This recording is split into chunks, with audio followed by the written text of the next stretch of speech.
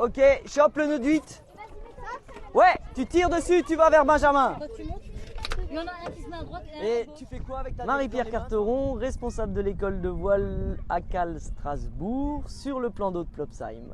Depuis 2017, on accueille les scolaires, ce qui nous permet de rencontrer encore plus de jeunes et de donner encore plus à plein d'enfants de la ville de Strasbourg et des environs la possibilité de découvrir la voile à Plopsheim sur ce superbe plan d'eau. Toi, avec la voile, tu te calmes, c'est une voile.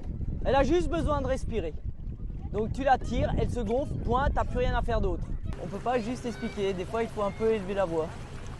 C'est ce qu'on leur explique au départ, c'est qu'on parle fort, mais c'est pas obligatoirement parce qu'on les engueule, c'est juste que entre le bruit du moteur, le bruit du bateau, le bruit du vent, le bruit des voiles, il faut qu'on parle fort. T'as vu comment il avance bien? Regarde comme il avance bien.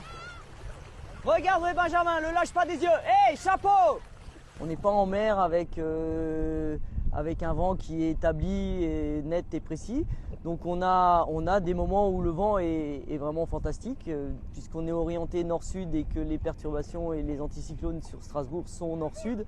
Donc globalement, on a un très beau plan d'eau pour naviguer. Et puis ils ont la finesse de la navigation des plans d'eau intérieurs qui fait qu'on optimise au maximum son bateau pour essayer d'avancer. C'est toujours assez extraordinaire de voir un terrien monter sur un bateau et puis au bout de quelques minutes de comprendre comment fonctionne le bateau, cette barre qui marche à l'envers, ce vent qu'on ne voit pas et qui fait avancer le bateau. Donc faut pas le coincer, faut pas le laisser passer, mais il faut être juste dans le réglage de sa voile et ça c'est super compliqué.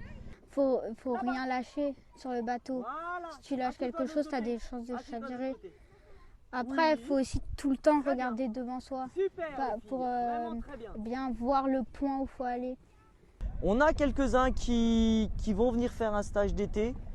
Et puis peut-être qu'effectivement, une fois qu'ils ont fait le stage d'été, ils vont continuer en perfectionnement et puis petit à petit, ils vont peut-être intégrer la compétition. Un des jeunes que j'ai entraîné à une époque qui est passé par un pôle de haut niveau et puis qui, dans les années à venir, va finir sur un bateau qui va faire la course du Rhum.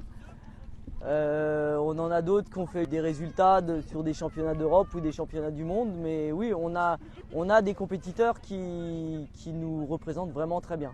La voile est vraiment accessible à tout le monde et nous, on a une force au niveau du club, c'est qu'on est vraiment parti sur l'idée de la voile pour tous. On a des gens avec des handicaps plus ou moins profonds qui naviguent ici. On a eu un élève début septembre l'année dernière l'enseignant me disait il parle pas, j'ai jamais entendu le son de sa voix. Et au bout de 2 jours, il avait découvert que la voile, ça lui plaisait et il s'est mis à parler et il n'arrêtait plus de parler. J'ai un gamin que j'entraîne en optimiste qui ne parlait pas aux adultes. Après une compétition où on faisait un débriefing, il m'a adressé la parole et il m'a fait un débriefing complètement cohérent de toute sa régate.